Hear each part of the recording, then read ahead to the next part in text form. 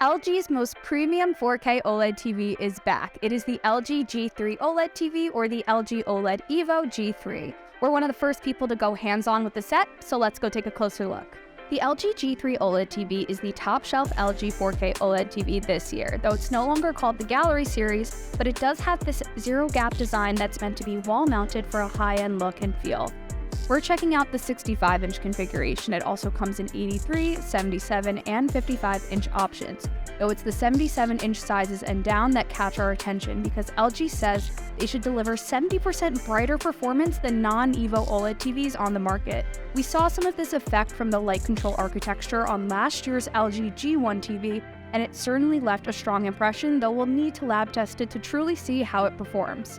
In the meantime, we can talk about the new software features with WebOS 23. You'll see a slightly redesigned main screen that doesn't make you scroll down so much as across with these more streamlined search options.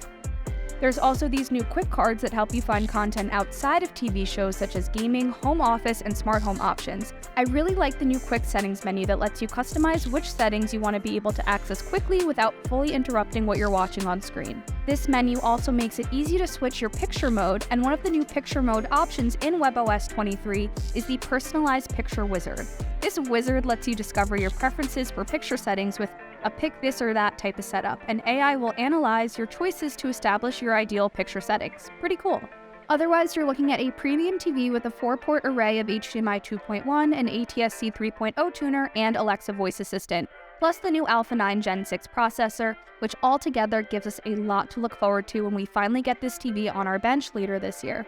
We are on the ground at CES 2023, seeing all of the exciting TVs coming out later this year. Be sure to follow along with all our coverage at tomsguide.com and see what we're doing on social: Facebook, Twitter, Instagram, and TikTok at tomsguide. And as always, I'm at Kay Kozich. Thanks for watching. I'll catch you next time.